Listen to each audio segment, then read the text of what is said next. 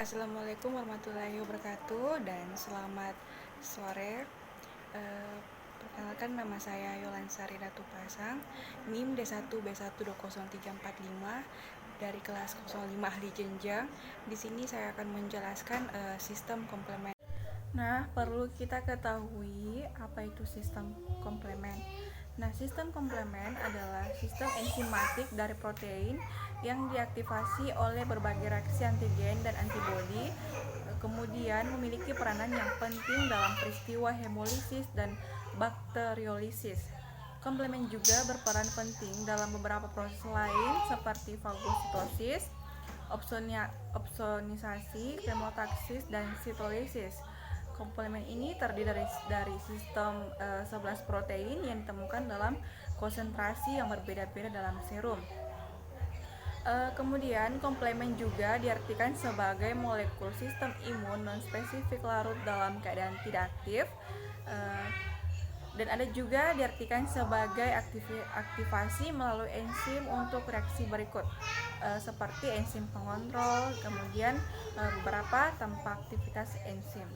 Selanjutnya, mediator komponen beserta fungsinya dalam sistem komplement. Yang pertama, C1-QRS berfungsi sebagai meningkatkan permeabilitas vaskular. Yang kedua, C2 berfungsi mengaktifkan kinin. Kemudian yang ketiga, C3A dan C5A berfungsi sebagai kemotaksis mengerahkan leukosit, juga sebagai anafilaktosin, mempengaruhi mastosit. Kemudian C3B berfungsi sebagai opsonin dan adherens imun. Kemudian yang kelima, C4B berfungsi sebagai opsonin. Selanjutnya C5 sampai 6, 7 berfungsi sebagai kemotaksis. Kemudian yang terakhir C89 berfungsi sebagai melepas sitolisin, kemudian menghancurkan sel. Kemudian pengaktifan sistem komplement. Yang pertama yaitu jalur klasik, di mana diinisiasi oleh aktivitas C1. C1 utamanya diaktifasi dengan interaksi dengan Fc, molekul antibodi IgC atau IgM. Setelah mereka berikatan dengan antigen spesifik, C1 juga dapat berikatan langsung dengan permukaan beberapa patogen, dan bisa juga CRP yang diproduksi selama respon fase akut pada imunitas non-spesifik.